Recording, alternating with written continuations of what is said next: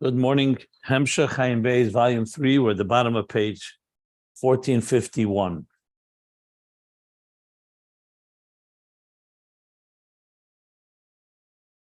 So we finished the parentheses, which I'm going to sum up now. I went over it more detail yesterday, so I'm not going to go in much detail now, just quickly. So the discussion here is a continuing based on the Yeseva Avenu, the Maimon Yeseva Avenu, Tovkuf Samach Zayin from the Rebbe, Alter Rebbe, the role of the angels as they support neshamis, the souls, in their work, and then in turn, the neshamis help elevate the angels to levels that they could not reach on their own. And he entered into explaining the verse, Achalti Yari im Difshi. I've eaten my honeycomb with my honey. And what is it referring to? The honey is Krishma, Shema, and Yari, as we shall learn, is referring to the honeycomb, which is the angels. So Shema is the Aveda of the Neshamas themselves, as we learn. Yetzer with the blessing before the Shema, we invoke the angels. So what's the Aveda of Shema? This is the day of honey, sweetness. Because Shema's message, its theme is V'ahavtas Hashem Elokecha, to love God. How do you come to a love, a sustainable love, an internalized love? Is through contemplation, but not dry, abstract contemplation, but one that's filled with sweetness, with tam and einig, chayis and einig, with vitality, pleasure, taste, a taste in godliness. So you could eat something that's bland, but you can eat something that's sweet. That represents, sweetness represents a sweet experience of tasting, like the pasuk says, Tamaru uki tev havaya. Taste and see that God is good. It's more than just experiencing it, or it's more than just understanding it. It's a sweet experience, which in turn is what causes an emotion to be stimulated, that you actually feel love for something. When you understand an abstract idea, as profound as you may understand it, it doesn't necessarily mean you feel you're tasting a sweet experience. It could be you appreciate that it's a sweet idea, it's a good idea, it's eloquent, makes sense, it's logical. But it's a whole other story when you're experiencing the sweetness, which in turn creates that you are experiencing and you are drawn to it. Like you said, there are people, for example, that are very mufshid from Gashmias. They're not materialistic people. They understand the value and understand why materialism, why money or matter or material things have value, but it doesn't draw them. They're not drawn to it. And the same thing, the opposite. You could have someone who understands something, like he said, just use the other example. He doesn't have a tam v'einig b'elikus. He doesn't have a taste in godliness. He understands the concepts. So he's, of course, not going to get excited and loving. That's what he said before the parentheses. The parentheses elaborates on a few points. Number one is that every neshama, elikis, every divine soul has a natural taste in godliness, meaning that we appreciate it, even though we may not be conscious of it, but we're naturally wired to connect because it's part of who we are. And indeed, that's the reason that we can appreciate and understand godliness, because we are naturally inclined to it. Now, there are people that don't yet have the understanding of it, so they only have, it's like a child is born, a child tastes something sweet, the child feels the sweetness, but it doesn't mean it understands the sweetness. The understanding brings it into the keiches hanefesh that manifests and reveals it in an integrated way inside of us. So you could have a simple person, like I just said, a child can taste something and they feel sweet, and they naturally are drawn to something that's sweet, meaning they have that connection, and they don't need to be educated, but obviously by learning about it and contemplating on it, that's when it really becomes something that you can say consciously is integrated within your being. And then there's someone who understands it, and then, of course, it becomes more alive, and it actually awakens an emotion and a feeling and a love toward it. So you want to have the best of both worlds. There's a scenario, like we said, about a person who understands but doesn't have a natural inclination. But that's not a neshama elikis. That would be someone who's not connected. Doesn't really elaborate on that, but it's clearly there's that option as well. And that tells us that if a person is contemplating and they don't, like he said, if a person is contemplating and doesn't have a vitality and pleasure, that means they don't really fully understand it. Because if they fully understood it, they would have that pleasure. Now, then finally he said, and that itself, there's several levels. You can contemplate on something and have a superficial, external understanding of it. And that will also awaken some form of appreciation for it. But it'll be on a more diminished level. Or you can concentrate on it and really appreciate it very well. And then the deeper you appreciate it, the deeper is the emotional connection and the chayus and tainug that you have in it. That chayus and tainug comes from Pnimius Binah, as he explained. Pnimius Binah itself has two levels. There's an understanding of something, you understand it well. Pnimius Binah is also deeper, that you actually have appreciation of the etzem, what he calls etzem inyan eliki, the very core of the divine idea. That's not just about understanding.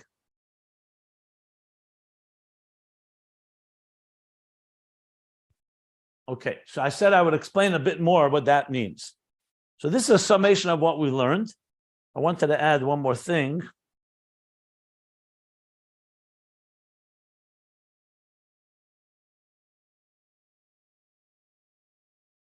One second.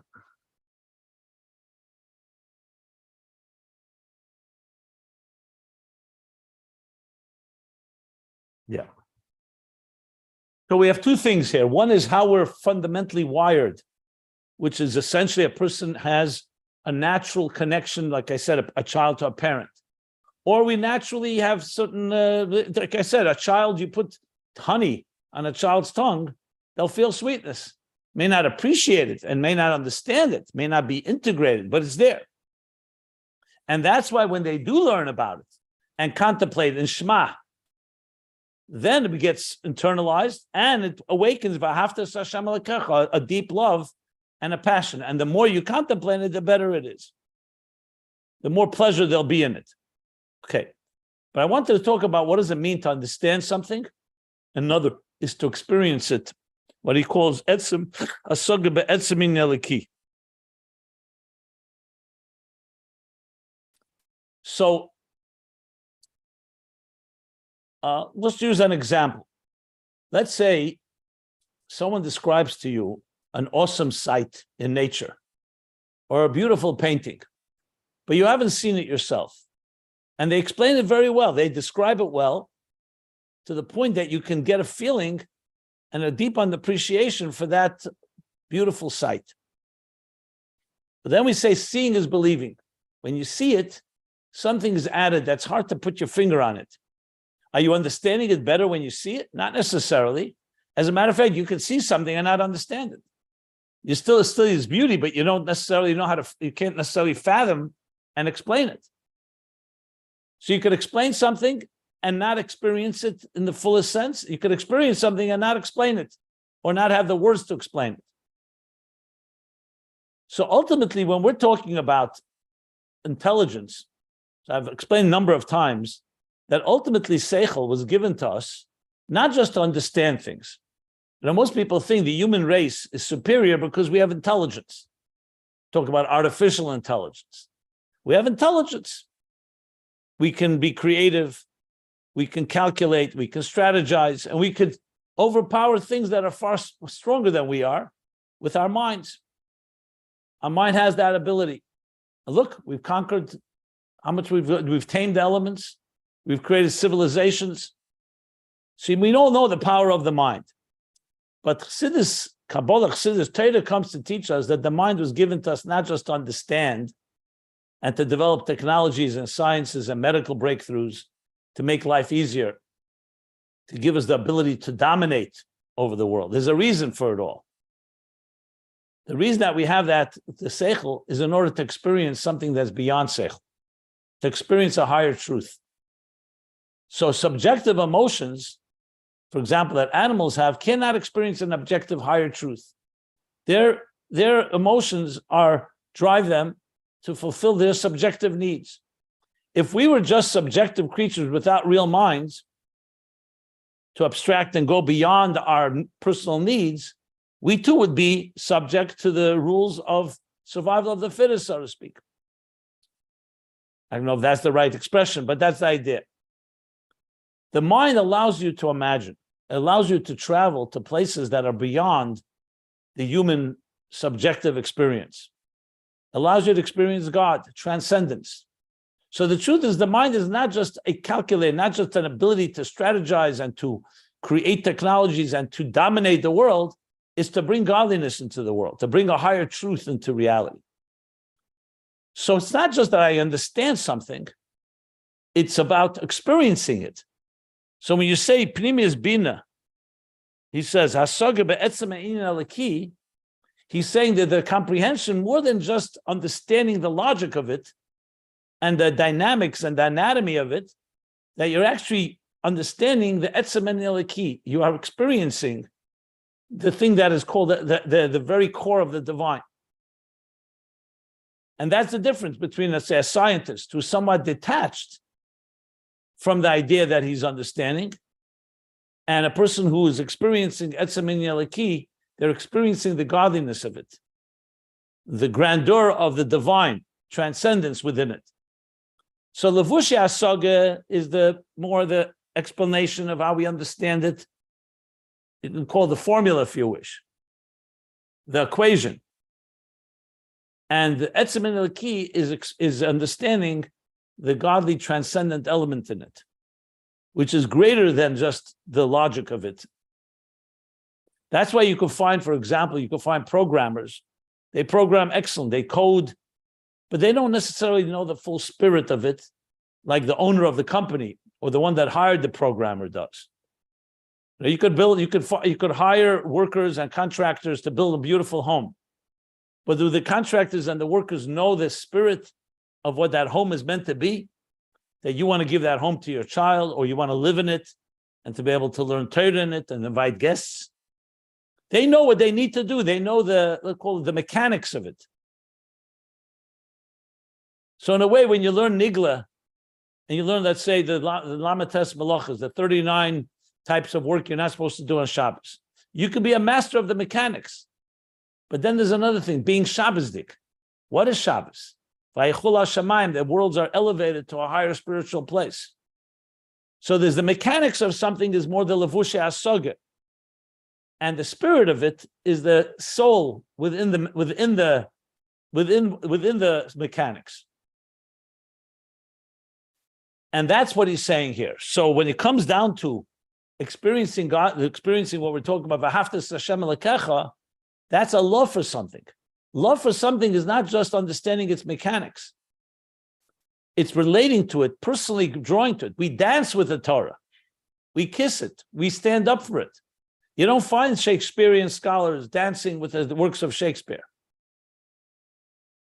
You don't find people who are physicists kissing the theory of relativity, because it's not a personal experience. They may enjoy it intellectually, and it may change the world in dramatic ways, but it doesn't have that emotional connection.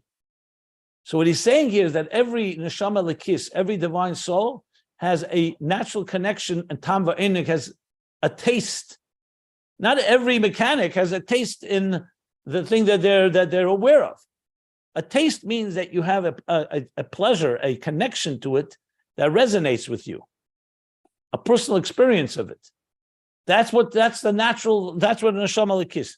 When you contemplate it, you understand the mechanics of it, then it comes alive in the sense that you internalize it. It's not just a thing on the level of etzem. It comes in a revealed way, and as such will give birth to the emotion of ava. Like I said before, like I said the other day, you can have a natural prodigy that loves, that naturally is a genius in music, but if you never train that person and the person is not aware of it, it will remain dormant all their lives. So training and educating and learning and contemplating on it, that's like Shema, brings that out, that natural tam va'enig, will lead to v'ahavtas Hashem Elokecha. The more you contemplate, the deeper you go into it, the deeper will be the pleasure.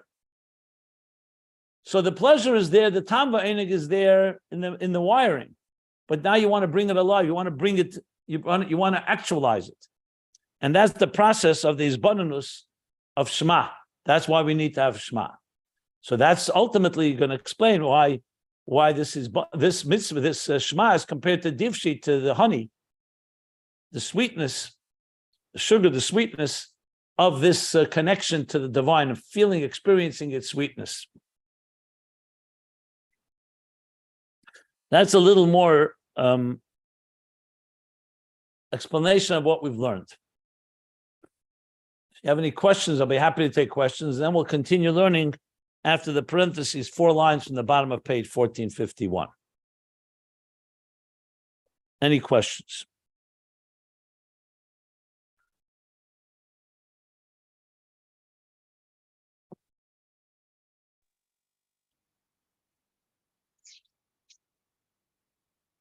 Okay. So going 4 lines to the bottom of page 1451, the line begins Binah, and after the parentheses, I'm sorry, no. Not 4 lines from the bottom. For the last line, we went to the bottom.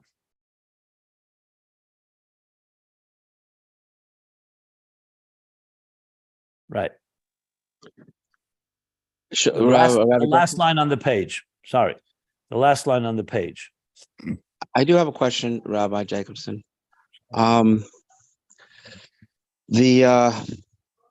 love that this is engendering, the honey, is this from V'ahavta? It's not the Shema itself. When we say Shema, is Yuchad Hashem, and then we say V'ahavta Hashem Elokecha is Avos Hashem. So when you say the Shema is supposed to make this real and actualize this love, sweetness, experience it, are you referring to the V'ahavta part or the Shema, the Yichud part of it? Well, if you read on the beginning of the paragraph, he says, Inyan Krishma huliyas v'ahavtas Hashem Elokecha. That the end of Krishma is there should be the love. U'midas ha'ava hi ha'idei hizbananus dafke. And this love comes through his bananus. His bananus is clearly the Hashem Echad, because that's Hamayrik be'echad. The Ava Shalei His bananus Eina Ava Mitis. So the way it's explained usually is like the Maggid asked the question: How could you command someone to love? Love is an emotion. So he says the commandment is on this bananus. When you contemplate on godliness and the unity of godliness and how we are all part of God's higher unity, like he elaborated earlier. Remember, Hamayrik be'echad, where we work our way from existence all the way to the root of existence, all the way to the source. So he says that is bonus, inevitably, naturally will bring V'ahavta, which is what he's explaining here. So he doesn't spell it out explicitly, but it sounds V'ahavta is the product of the Izbananus that comes from the Shema and the Achdus. And the sweetness is in both, because the Hizbanus is in a sweet way, like he said, Hizbanus is with Einig.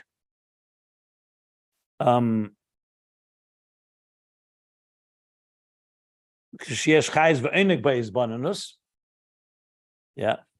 And his bonus is an dafka through his bonus is ava amitis, that's lasting and integrated and so on. Does that answer your question?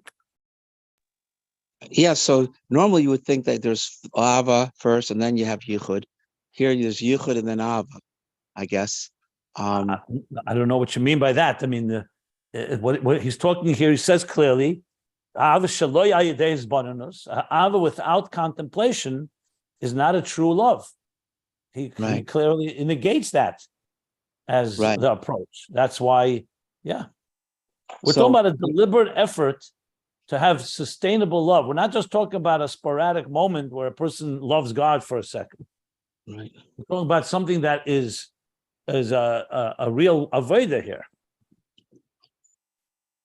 That's why, if I could ask, just read. Were you here? Read the first 4? He explains this right in the beginning of this paragraph. Right. He says without his bonus, it's not avamitis, which is makif levad, the ein lekiyim klau, oy b'chinas katnus moed. Were you at those classes when we discussed that? Yeah, I heard. I'm back actually, but for this in the States, but I did hear all the shirim. Okay, so I'm saying that. So that's exactly what he qualified by explaining exactly that. That's what means through his bonus. He's talking about an ava from his bonus, not just a reflexive or natural love. He's talking about a love that comes through this this work that we're talking about here. Yes. So if I could ask a question that I've had there, it's about Shema. So earlier, when we talk about the Sulam bringing us up, Shema and Vahafta in general are all part of Krishma. Shema doesn't end just with Shema. It's Shema, Baruch Shem, Kved Malchus Vahafta. That's all part of Shema. That's what we call Kriya Shema. All those three sections. Okay. Just for the record. Yeah. Right. I think there is an opinion that just the Shema and Baruch Shem is Deraisa, Makayim, the mitzvah Deraisa. This is not about opinions here. This is everyone agrees that Shema is all of them. The question is with the different details. This is not going to one opinion. This is basically Krishma is Shema all the way to Emes. Shema Lekechem Emes. That's what we call Krishma. Okay. Okay. So my question though about the Shema here specifically was about when you were discussing the Sulam and going from Milamata Lamaila and the angels, Malachim helping us and that cosmic orchestra inspiring us to come to the love, and then we come to Shema itself and Marich Be'echad. That's Yehudi Allah, correct? Yehudi Allah in Echad. I'm not sure where you're going. Let's see where you are. What your question is. And then when we say B'chal Levavcho Chal Nashacha, B'chal Nashacha was Yehudi Tata. You're confusing matters here. I think this should be taken. No, it's not correct. So no, it's offline. Okay. This has to go back to what. First of all, we're not learning that now. We learned that 2 pages back. If you go back on page 1449, that's where we discuss the difference between Limser Nashe Be'echad Shema and B'chol Nafshecha. So that's what you're referring to now, right? Right, exactly. Okay, so if you have a question there, I'm happy to address it, but it's not what we're discussing right now at all. Okay. And so tell me what's your question here? How do we go? I thought naturally I was thinking of Yehudi Allah. If we're going from bottom Milamata Lamaila, you would come first to Yehuda Tata and then Yehudi Allah. And whereas the Shema is Yehudi Allah, and then we come when we start Bahafta Hashem Elokecha, we come to Yehuda Tata. Seems like the order is reversed there. That was my question. So this has to go back to the page 1449 where he discussed it. And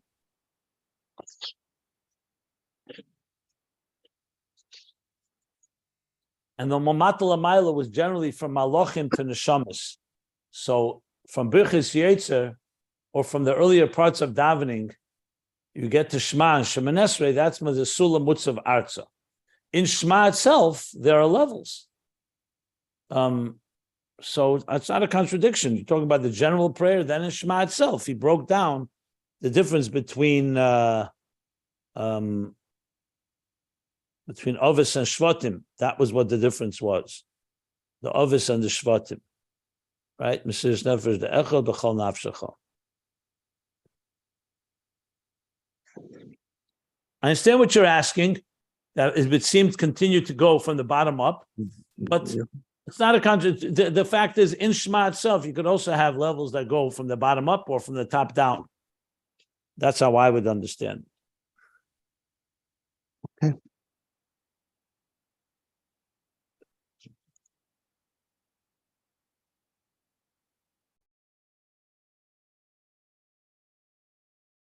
Because if you recall, he said Shema also has Mamayla Lamata, Mamata Lamaila. There's the Shema that is you go upward, and then the Shema that draws down. So it could very well be that after you say the general Shema Yisrael, Hashem Echad, Yechud Elah, what he called Yechud Elah, then you bring that down into B'chol Nafshecha as well. But then there's also B'chol Moedecha. So you could also ask the question, what's B'chol Meidecha in comparison to Shema Echad Limser Nafshe Be'echad? I mentioned that, which he doesn't really address here. So I would say that first comes the Shema, the Yechudei Allah, which is a contemplation. That in turn awakens the love that stimulates Vahafta.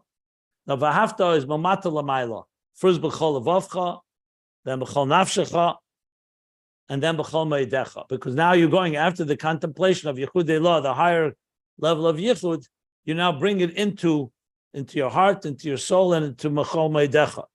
I think that's because he's talking about Ava. So maybe that's the explanation. In Ava, you go step by step from the bottom up after the Hizbonenus in the Hashem Echad.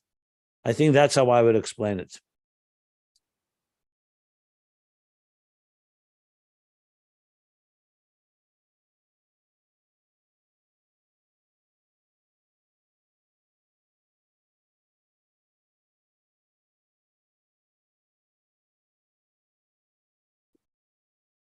Okay, let's continue learning now inside. Did you understand what I just said, Eliezer?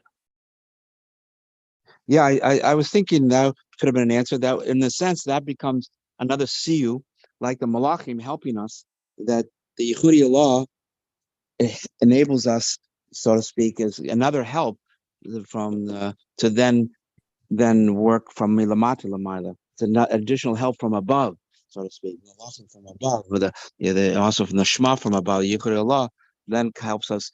Further gives us another help, another siyu to come to the one we're really working on, Chol Labav, Chol Nasha, Chol Modecha. Like you just said, I think that might make sense. That it's some type of help. It just struck me that it was seemed to be out of order, reverse order. That's all. Okay. Yeah, but I think if you understand it as part of Ava, when you get to the love, you have to slowly grow. You can't grow love immediately, like he said, Mutfa Murgish Muskel, which is essentially B'chol Levavcha, B'chol Nafshecha, B'chol Meidecha in some ways. So that once you get to the love, you have to now so-called grow your love. Right. So you mean Shema Yisrael, Marich Be'echad is not an union of Avas Hashem, so to speak. It's a different. It's setting the stage. It's the contemplation that he's talking about here that prepares you to a real Hizbonenus that's going to prepare for a true love. But now the love has to be developed. So that's B'chol Levavcha, B'chol Nafshecha, Meidecha. That's how I would explain it. Yeah. Goyach, thank you. Yeah. So now he's talking about the Hizbonenus of Echad, okay, that brings the Vahafta. So let's go to the bottom of the page.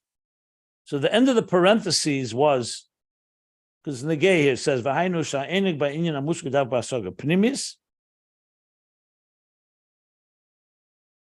Yeah. And that's the more you understand it, the more there's einig. If you understand it only superficially, like mechanically, you don't have quite that level of einig, or you don't have einig at all. So the reason I wanted to say the last lines of parentheses, because interestingly, that which continues after the parentheses really is also leaning on the ideas we just learned in the parentheses about Binah. So if you recall, before the parentheses, the Rebbe Rashab said,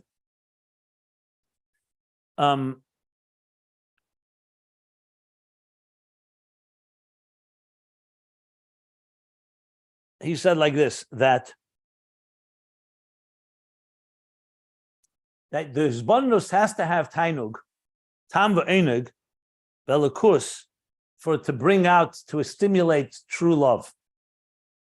In other words, if you know the mechanics of something, it doesn't mean you're going to love it. You know, an auto mechanic knows the mechanics and will fix your car, but he doesn't love your car. You love your car because it's your car. Like I described yesterday, but it's my father. So understanding the mechanics of something does not automatically make you love it. That's another way of phrasing everything we've been learning here. So the loving is coming because the neshama, it's connected to God. Someone else will come who's not connected to God. I'm just giving you a theoretical example. I mean, everyone's connected in some way. But let's say you had this great mechanic. He could tell you about all the mechanics of Seder Shtalshus. But he doesn't have any personal connection with God. So it's not going to have the tam ba'enig. That's why he's saying here, true love is a result of a contemplation that's connected with tam ba'enig, that has that enig in it, which is the combination of both. It's my car, but it's also I'm understanding it now. I'm understanding the mechanics of it. So both together add up to vahafta in the most passionate and sustainable way. That's what he said. I'm reading the last lines of the parentheses at the bottom of the page. If the comprehension is only superficial or external, surface, or it's in a way that he has to do it, not because he cares about it. It's like I mentioned, somebody's studying for a test because they have to pass the test, not because they have a feeling for the idea. So lo yesh b'zeh ve'enig, doesn't have vitality and pleasure. Hagam shemasig is Ayin, even though he'll understand the idea. However, when there's pnimius habina, basaga pnimius, where there's asaga pnimius, which means you're really going deeply into it, and it has that. Then, like he said, the more the asaga pnimius, kol shenichnas ba'inyan ba'amkei yisra b'achayis va'enig. So it's a combination of two things here. One is the soul's natural taste in godliness, in transcendence. We have a taste in transcendence, but that can be concealed. Even anoshim pshutim have that. Even simple people have that. The second is contemplating on this, contemplating on godliness, the Hashem Echad that we're talking, Shema, and contemplating with a tainug and eina because you're going deeply into it, because you care about it. Not just the mechanics, not just because you have to, and not just on an external level. So when those two come together, that's vahafta in the fullest sense of the word, that you really have a deep love with deep pleasure because they all come together. It's not just contemplation mechanic. It's not just the natural taste that we have in transcendence and godliness. It's them both coming together and leading to vahafta. So we see from this, from the parentheses, that Binah plays an important role because that's what Pnimius Binah is. Binah, he said, is where the Einig is. They said the Atik, like he said, his Galus Atik is in Binah. So now let's continue. V'zeu shekosa, the last line on page 1451, and the pages can be found at ayinbeis.com. V'zeu shekosa eim habonim smecha. That's what it says. Eim habonim smecha. The mother of the children is joyous, celebrates. What is this level? This is the level of Binah. Aim, habonim, aim is the mother, is always Binah. Bonim are the midas. In order for Binah to be a mother of the children, which means sheyeh latest hamides mina asaga, the next page, 1452. So Eim Abonim is referring to Binah, a contemplation that's giving birth to children. What are the children here? The offspring are the midas of Ava. That's how he's teaching. The Eim Abonim, not just that the mother is joyous. How does a mother give birth to Bonim? Is through Simcha. Eim Abonim, Simcha. Eim Abonim Smecha. Eim Abonim Smecha. Yeah.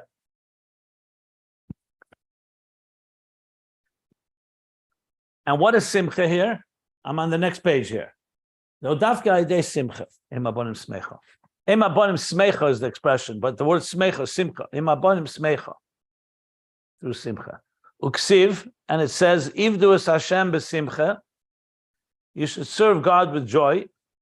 Sheyeh lechayis ve'ene gadol be'elakus hamusik. So we see clearly that we have to serve God, not just serve God, but serve God with joy. There should be a vitality and a pleasure. The chayis and enig he's been talking about all the time here, which is connected to dvash, to the honey. A chayis ve'enig gadol, a powerful vitality and pleasure, in the godliness that you understand. So in other words, it's not just understanding this mechanics, it's having great pleasure in it. And how do you arrive to that place? Who? And that is kasher hasogi be'emek u'pnimis ha'inyan. When the comprehension is in the depths and in the innards, the insides, the inner depths of the inyan, u'makasher esasmei ba'inyan, and he binds himself to it. There's like a bonding with it. Again, it's not just he's understanding it. He's bonding himself. He's bonding with it. He enters entirely into it. He's completely immersed, completely immersed in the inyan. Umakarev is inyan alaki hativ.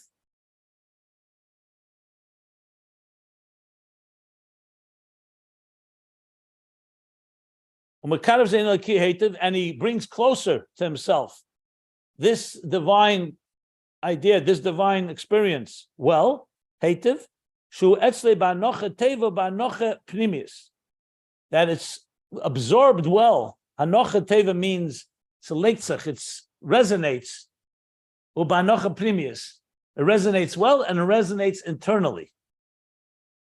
Oz yismach b'nafshei ala inyan alaki. Then he will celebrate. His soul will be joyous on this divine concept. The Yisanik benafshe, and his spirit will take pleasure in it. Va'in chai etzlei, and the inyan lives by him. It's not just there; it lives in him. And he says in Yiddish to drive the point home: "Es lebt bei ihm der inyan, und es ist mit der starken Einig und Zufriedenkeit in Nefesh." He's really saying it's a translation from the Hebrew, but the Yiddish makes it richer. Es slept by him. It's living. It lives by him. It's like a living organism, not just a concept, not just an abstract, dry concept. It lives by him. Und es mit der starken Einig, it's with a powerful pleasure. Und Zufriedenkeit. Zufriedenkeit is like a satisfaction or happiness in nefesh, in his spirit. So you see this. You can see two people teaching or learning something, and one learns it in a very dry, let's put it, not animated way, and then another person you can see is living with it. It's like his chayis, his whole life is around it. That's the difference. What he's speaking about here between something with chayis and einig. So essentially, how do you reach that place? That simcha. When the asoga is when you really bind yourself and you immerse yourself in it, immerse yourself deeply into it, and that's what brings out the simcha.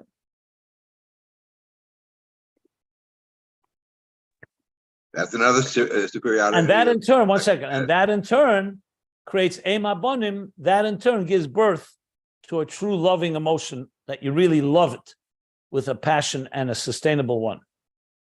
That's what he said here now. Yeah, I'm sorry, I should say the last line. After the parentheses, lead this hamidah shebelev. And through this will be the birth of the midas, of the emotions in the heart. Bottom line is, like he said earlier, that if you contemplate on something and it doesn't bring this level of passion and love, it means you haven't contemplated properly, because if you did, if you really appreciated what godliness was, it would bring that type of ava. He said that very clearly earlier.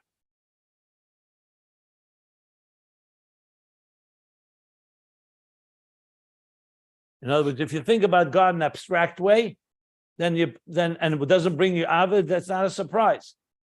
But if you think about it in a very personal way, like in the way he's talking about, then it changes everything. Then it becomes a very personal, emotional experience.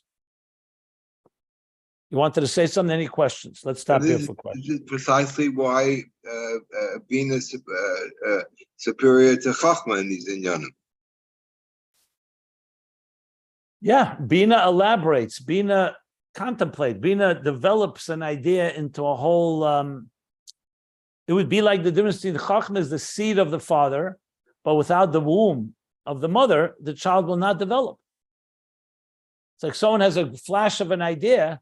That's great. But if the flash of idea is not fleshed out in details, it will not give birth to a full-blown emotion called Ava. Exactly right. Ema bonim smecha, yeah. he's definitely connecting simcha and einig here, where sometimes they're distinguished, where chachma is einig and simcha is binah. Here he's connecting them clearly. He says simcha, and then he says chayz ve'einig. So simcha and einig here are more in the broader sense. They're interchangeable. Just for the record, yeah. It seems like this answered for me how you have people that are even they call them, the rabbis, they call themselves rabbis. They teach Gemara, for example, in universities, and they love it because they think it's so rational. The beauty of the arguments, the structure of it. It's like they get into it, but they love it. They teach it their whole life. They teach Talmud, and yet they're not religious people. And they hear the Rebbe say it here, because they're not understanding the Inyan Eloki at Hativ. The Inyan Eloki, the panemius of his Eloki, they're not getting to that. Inafsho Inyan Eloki, Visanega, Benafsho Inyan Chayet Slow. Listen, it's like the difference between the Seichel Eloki and the Eloki within the Seichel Eloki. Right. Yeah, it's a subtle difference. I mean, that's why, look, I'm sure you play music, right? I'm sure that you see certain musicians who know the technique perfectly, but then you hear it play the same piece of music by one of those masters that just brings a certain level of heart and soul in it. That's more than just the musical technique. It's not just the musical notes. There's an neshama that suddenly brings it alive. Is that an example that works? Yeah, but I was thinking of even a person that doesn't even believe in God. There's so much there's atheist professors that teach Gemara and they teach Hasidic philosophy and mystical. They don't believe in God. So the Inyan here is that the Rebbe here says because they're not understanding etzem of panemius. They didn't get to the what's the panemius of is the godliness in it. And if they don't understand that well, if they're not into that, then they miss the whole. They miss the whole thing. That's they can't come to the Avos Hashem because they don't have that panemius, the Eloki panemius of it. They might be much into the logic, the structure, the beauty, the rational arguments, all this stuff, but that's not getting to the panemius of it, which is the panemius Eloki here, which the Rebbe is saying here, which is I thought is very powerful. Yeah. Well, there's also. But may add, there's also the Inyan here which seems to me we spent so much time on this page 1451. The idea that one can believe in God, acknowledge God, but not feel God, not feel that this idea of Marich Be'echad, feel essentially sense that God is everything, and all of what your life is attributed to God, and everything you have, and everything that good you have, and everything is attributed to God, and it's God suffuses everything. That's a completely different notion than just acknowledging, yes, God created the world, and somehow he's a puppeteer, he's in charge. I don't really get it, and I'm not really connected to it. I believe it, I know it's true, but I don't really feel it. That's the hasaga, that's the sechel of it. But when you feel it, like I'm part of this. I wouldn't be here without this, and it's all one thing, and it's like, being in your mother's arms. So one thinks I love my mother, but it's another thing to be held by your mother. It's two different thoughts and feelings, Yeah, that's correct. I think, example I gave before with auto mechanic, and it's not his car, or the story with Das, where it's not his father. No, this is his father. So he faints when he hears the letter. This is about the personalization of it also, and that you're in love with it. As I mentioned, I remember, I think I was once at a weekend. It was a limud conference weekend. It's like a conference of learning of people from all backgrounds. So I was on a panel with two others, with a Israeli professor of Dead Sea Scrolls, of ancient manuscripts, and a Reform rabbi from New York. And we were asked to this question: if you were stuck on an island, lost on an island, what would be the three things that you would bring along with you to survive?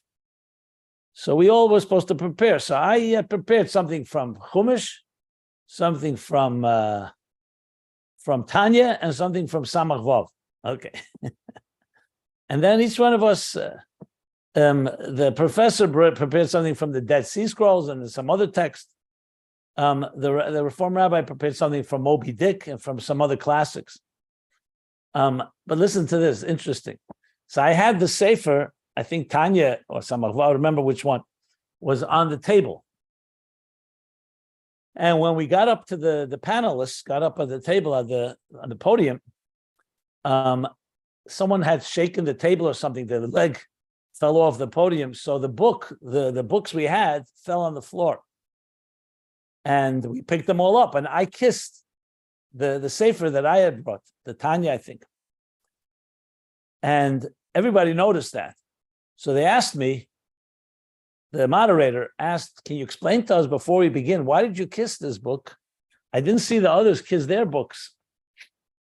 So I thought, there we go. I have already, I have my story. And I shared because we don't just read the Torah as a book.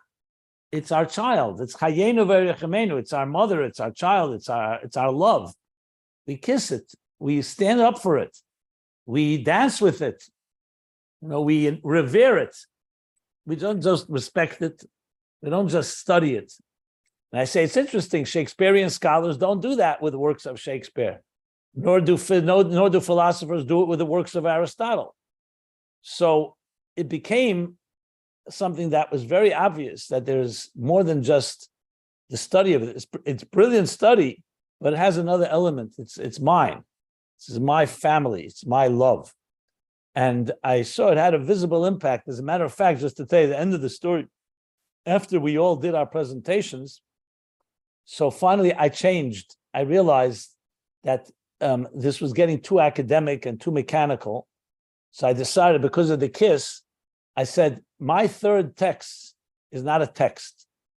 My third text that is a song. And I started singing Shamil. I sang the song Shamil. You had to see the whole room. It was hundreds of people there. The whole mood changed because it went away from the head into the heart. Literally, like we're speaking here, he's bundled us into Vahafta. And Shamil, of course, a beautiful song. And I said, that's what I would need on an island to survive. I need not just the ideas, but also the song. After we finished, so the audience was invited to speak, to ask questions. So one person got up, we would like to hear Rabbi Jacobson sing the song again. And that's what I did. I sang it a second time, and that's how the session ended. That's a great story. That's a wonderful story. What a beautiful mashal too. That is a great story. I agree. Yeah. That's sort of like those monks that came to New York when you met with them. That's with the niggin. I can always tell you about my secret weapon is song. Singing. When all else fails, I start singing. You gave me a great idea for our Ayin Beis committee now. We're going to have Rabbi Jacobson sing. Not just me. We could have Tzvi. Tzvi seems to be a good singer. Sure, I was just going to say, maybe we can. I don't got it for bringing, so I don't have to sing. We can, but I can advertise that you're going to sing a song today if people show up at the meeting. Shamil. Well, we can do an Ayin Beis choir. How would you like that? And Eliezer, you'll be the pianist. I'll be the Shlumiel, not Shmiel. No. Well, I'm a Levi and I sing, but I think I'd rather say something about Ayin Beis than sing a song. I'm a Levi and I don't sing. Well, you can be the honor guard, Tzvi. Some people sing with their voice. I'm not even a good supper. Like we just said, Moshe just said, some people sing with their voice, some sing with their heart. Right. Well, Tzvi, you're definitely a suffering romantic. That we know. Number one, I'm not suffering. When I'm learning this, it's the furthest thing from suffering. I mean, maybe the rest of the day. but now it's great. Okay, Tainug v'chayes b'tainug v'oinug. Beautiful. Okay, so we're getting there, yeah. We brought it alive. By the way, is there a video of that time with the 3 people? It was Friday night. Um, how about with the monks? The monks, I don't think so. For some reason, they didn't video. That was in the weekday. That was in the Sersi Tshuva, actually. I don't know if they video today. Everything's videoed. I don't think they videoed that either.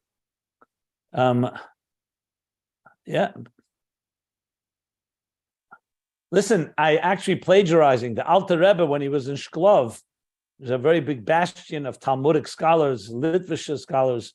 So he gave a big drush in Shul, and was very powerful. But he felt something not. So the Rebbe tells the story. Purim Tavshin Chai. So he got up on the bima, and he sang. He said, "Tamaru kitoiv havaya, versuchten zet as der Eberster is good. Taste, tamu, u'ru'u, and see that God is good." And he did it with a niggin. And the story goes that hundreds of Shklov scholars followed him and became chassidim from that alone. Now, he gave his drasha, but this was the clincher.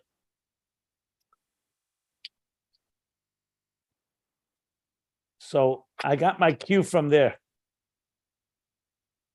One thing that's fascinating me here, I can't quite put my words on it. That's why I didn't ask a question. But so the idea of it is to be misbanan. The hisbananus is what brings you to this tainig and this tam and this av and this oineg and the simcha.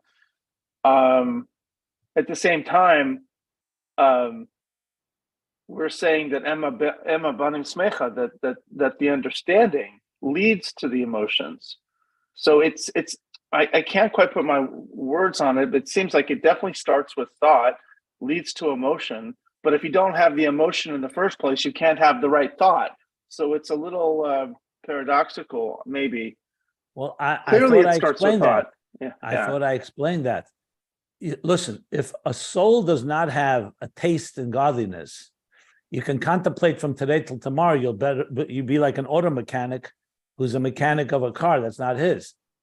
So it has to begin that there's a wiring within us that is connected. Then begins the resonating part.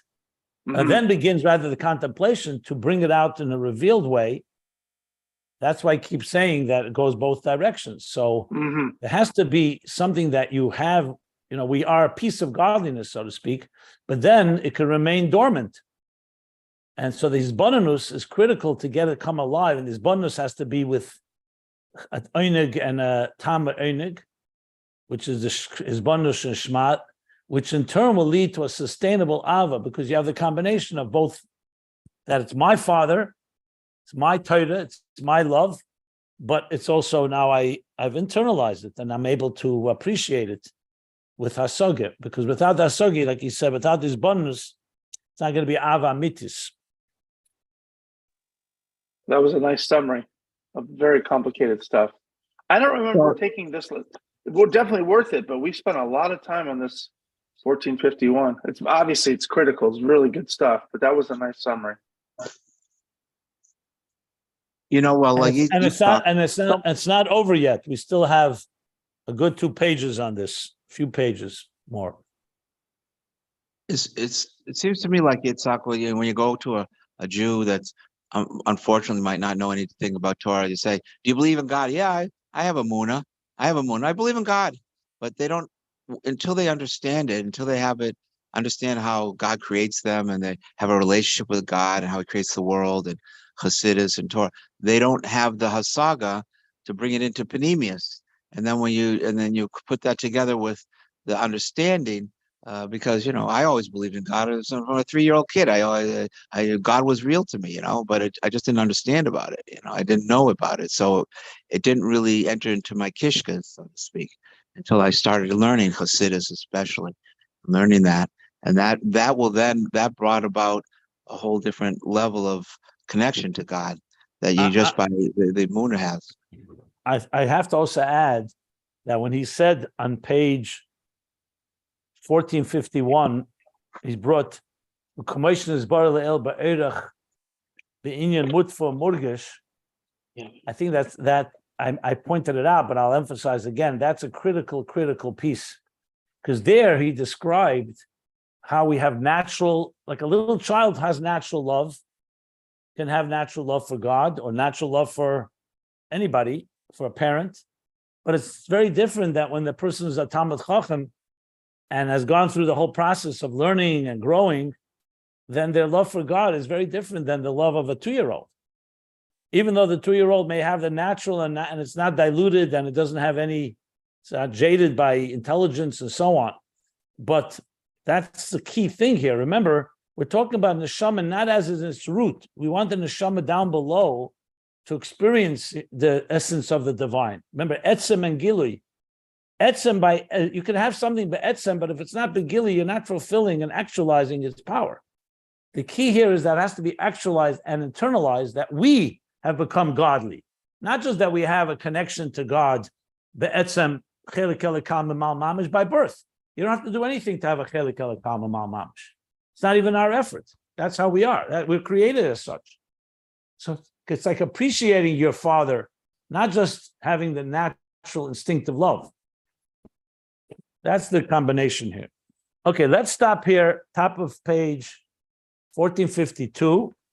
Can I just make a quick announcement again about the CM committee? For people listening, today we're having a meeting to kick off the discussions to plan specific details for the CM, the completion of studying Ayin Beis, which is an 11-year project by Rabbi Jacobson. And Rabbi Jacobson is going to be, of course, at the meeting and guiding and talking about the planning, and everyone else is going to help too. So please join us in this meeting. It'll be fun. We may also talk a little bit about what else we're going to study. And you don't have to commit time beyond the meeting. We want everyone's views. We want your feedback. So don't feel like because you show up at the committee, all of a sudden someone's going to give you a task to go do something. So just, if you want to help, great. I mean, and surely people will be helping doing things to make it happen, but you don't have to. So I just want to encourage as much participation, because it's a real celebration, and it should be, I think all the students involved should try to show up and give their feedback. So look forward to seeing everybody today, 5 p.m. Eastern time, using the same Zoom link login that you used to come study the class. Thank you all. Oh, man, thank you. Probably, Yitzhak, you should post the link before 5. Yeah. Yes, I will. Okay.